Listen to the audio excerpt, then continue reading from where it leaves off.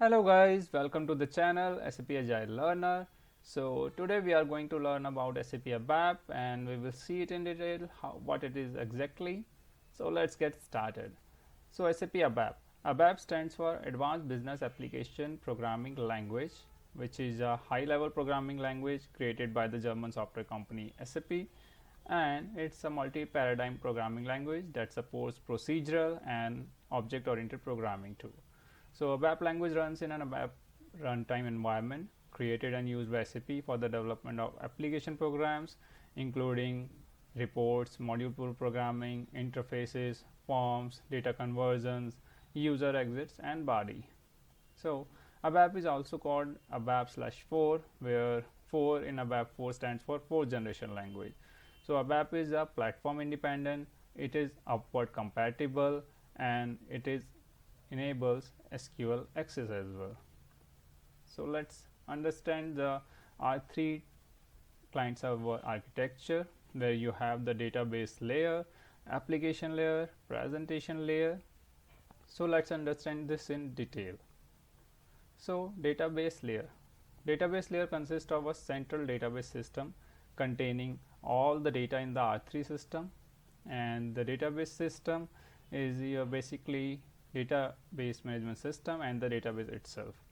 So as a database you have like a HANA database, Oracle, Microsoft SQL Server, so there are multiple databases available.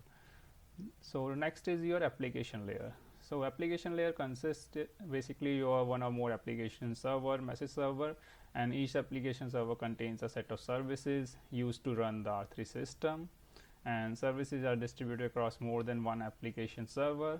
So next comes your presentation layer.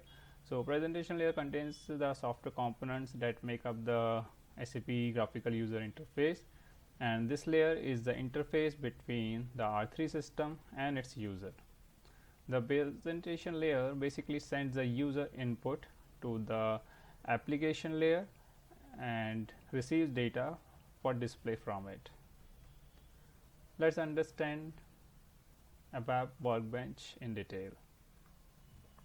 So ABAP Workbench is basically used for the development of standard and custom applications, and it has the following components like ABAP Editor, ABAP Dictionary, ABAP Menu Screen Painter, Analysis Tool, Function Builder, Class Builder, Web Application Builder.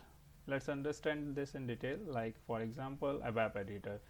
So ABAP Editor basically is available for doing the ABAP code, which is a special tool which we call the ABAP Editor. ABAP Dictionary. This is a system-wide repository where database objects such as domain, data element, transparent tables are created and maintained. Then next comes ABAP Menu or Screen Painter. So Menu Painter creates a GUI status and component, while the Screen Painter creates your DynPros like screens and screen editors.